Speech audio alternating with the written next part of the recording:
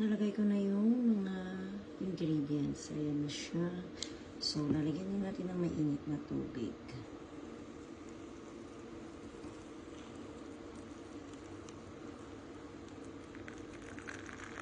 Ayan. Santayin lang natin yan. Tatakpan natin. Yung aking breakfast. Bigay pa ito ni Romel noong Friday. Ayan. Lucky me.